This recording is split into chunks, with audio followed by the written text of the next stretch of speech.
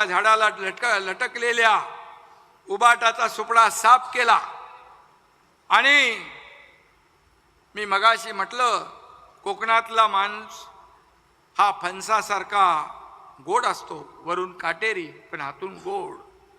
पण उबाटाला बाहेरून पण काटे आहेत, आतून पण काटे आहेत. त्यामुळे कोकणच्या मतदार राजाने त्यांचा कायमचा काटा काढून टाकला. बरोबर आहे निलेश?